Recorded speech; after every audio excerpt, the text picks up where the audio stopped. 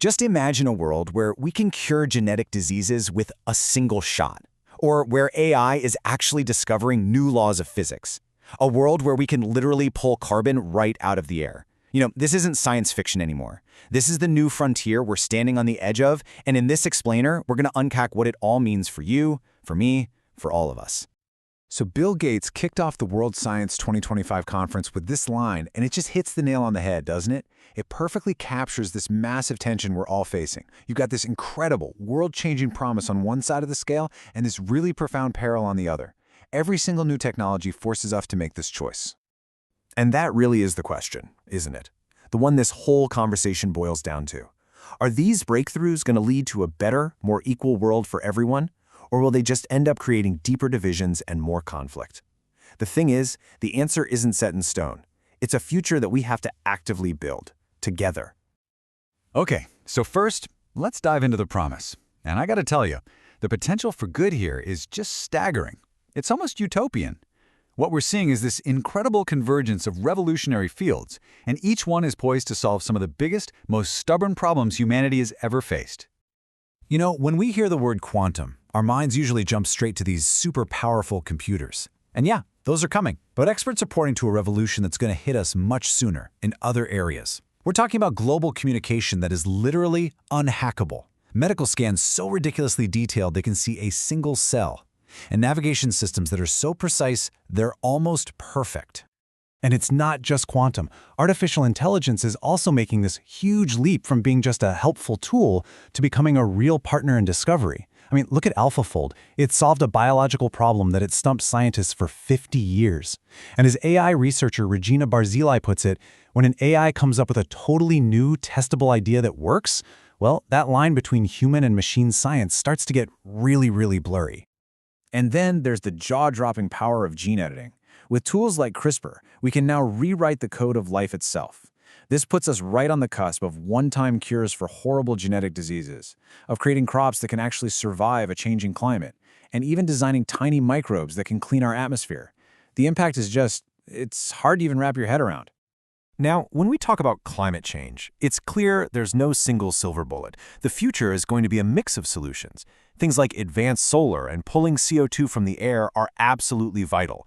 But what's the real linchpin here? It's scalable energy storage.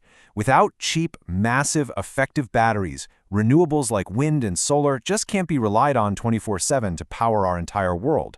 It's the key that unlocks everything else. So what's the foundation for all these breakthroughs? It's a revolution in the very stuff we build with, materials science. Just think about it, matter that we can actually program. Scientists are creating things like flexible electronic skin that can give a prosthetic limb a sense of touch. And then you have these things called designer sponges, materials that are built molecule by molecule to do incredible jobs like filter dirty water or capture carbon. This is literally the stuff our future is built from. Okay, so the promise is immense. We can all see that. But let's not forget that warning from Bill Gates. Every discovery has two futures. For every incredible benefit we've just talked about, there is an equally profound and equally serious peril that we absolutely have to face. And this brings us right to the heart of the debate with gene editing. Curing diseases like sickle cell, that's amazing, a no-brainer. But where do we draw the line? What happens when this technology isn't just used for cures, but for enhancement? We could be looking at a future with a terrifying genetic divide, a biological class system between the enhanced and the unenhanced. It's a huge ethical minefield. And with AI, the danger is that we might start trusting it too much. AI expert Yoshua Bengio reminds us that AI doesn't really understand things the way we do. It's a master at finding patterns, but it doesn't get the why. Because these are often black box systems, they can end up amplifying all the hidden biases in the data we feed them, which could lead to some seriously unfair and harmful outcomes in medicine and the justice system, you name it. And if we zoom out to the global stage, the risks get even bigger.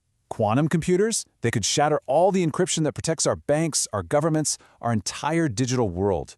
AI could be used to accelerate not just the discovery of medicines, but also weapons.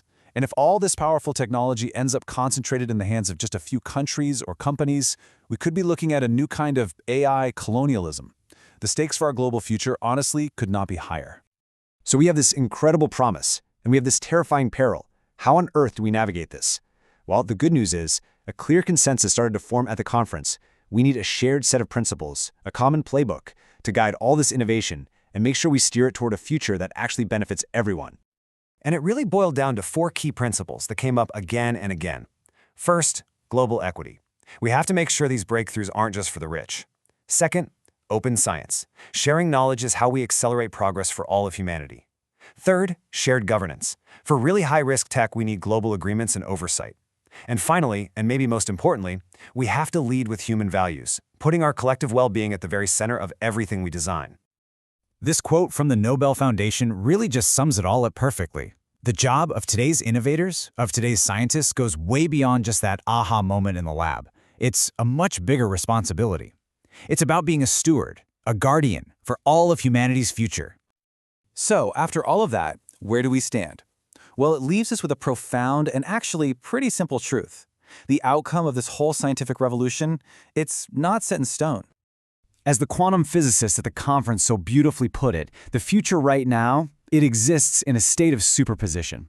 It holds all the possibilities, the utopia and the dystopia, all at the same time.